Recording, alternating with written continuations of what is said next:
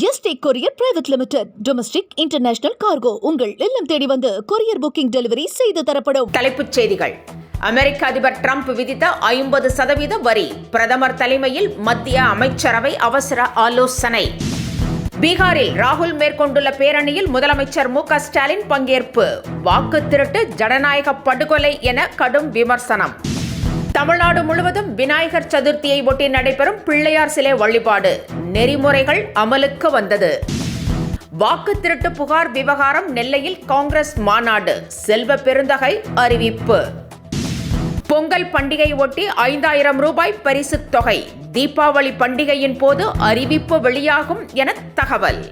இனி விரிவான செய்திகள். இந்திய இறக்குமதி பொருட்களுக்கு அமெரிக்க அதிபர் டிரம்ப் விதித்த 50% வரி குறித்து பிரதமர் தலைமையில் மத்திய அமைச்சரவை அவசர ஆலோசனை நடத்தியது.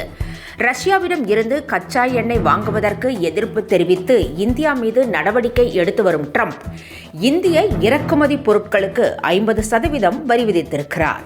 இதனால் ஆடைகள், ரத்தினங்கள், நகைகள், கடல்சார் உணவுப் பொருட்கள் மற்றும் தோல் பொருட்கள் போன்ற துறைகள் கடும் பாதிப்பை சந்திக்கும். இதுகுறித்து பிரதமர் நரேந்திர மோடி தலைமையில் மத்திய அமைச்சரவை அவசர ஆலோசனை நடத்தியது. பாஜகவிற்கு எதிராக தேர்தல் ஆணையம் வாக்கு திருட்டில் ஈடுபடுவதாக புகார் தெரிவித்துள்ள ராகுல் காந்தி அது குறித்த பிரச்சாரத்திலும் ஈடுபட்டிருக்கிறார். பீகாரில் ராகுல் காந்தி நடத்தி வரும் பிரச்சாரத்தில் முக்கிய தலைவர்கள் பங்கேற்று தங்கள் ஆதரவை தெரிவித்து வருகின்றனர்.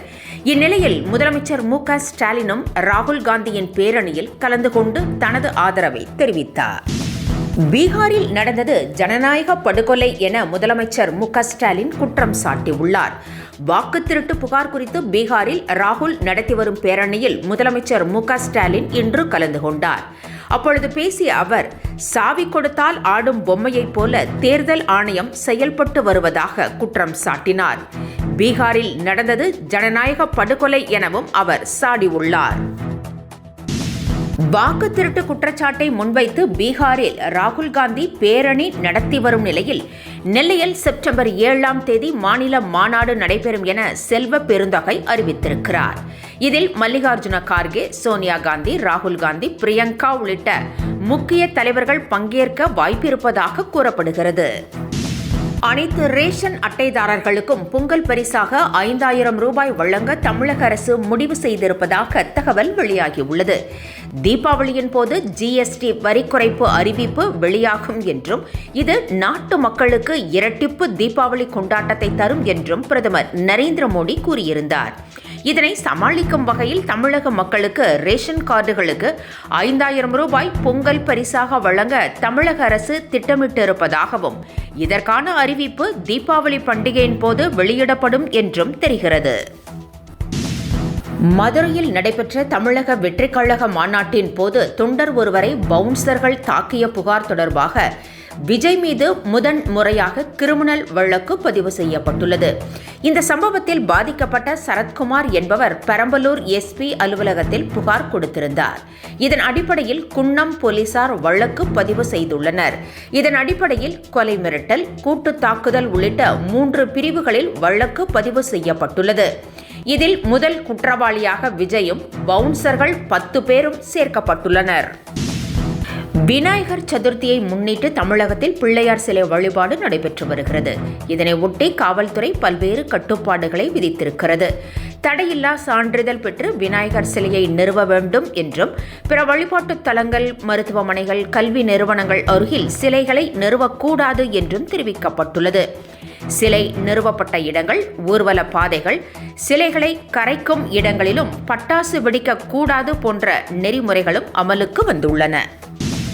அணில் ஏன் அங்கிள் அங்கிள் என கத்துகிறது என்று விஜயை சீமான் கடுமையாக விமர்சித்திருக்கிறார். மதுரையில் நடைபெற்ற தமிழக வெற்றிக் கழக மாநாட்டின் போது பேசிய விஜய் முதலமைச்சர் மு க ஸ்டாலினை அங்கிள் என்று குறிப்பிட்டு பேசினார். இதற்கு திமுக உட்பட பல்வேறு தரப்பினரும் கடும் கண்டனங்களை தெரிவித்து வருகின்றனர். இந்நிலையில் இன்று செய்தியாளர்களிடம் பேசிய சீமான், அணில் ஏன் அங்கிள் அங்கிள் என கத்துகிறது, ஜங்கிள் ஜங்கிள் என்றுதானே கத்த வேண்டும் என்று கூறினார்.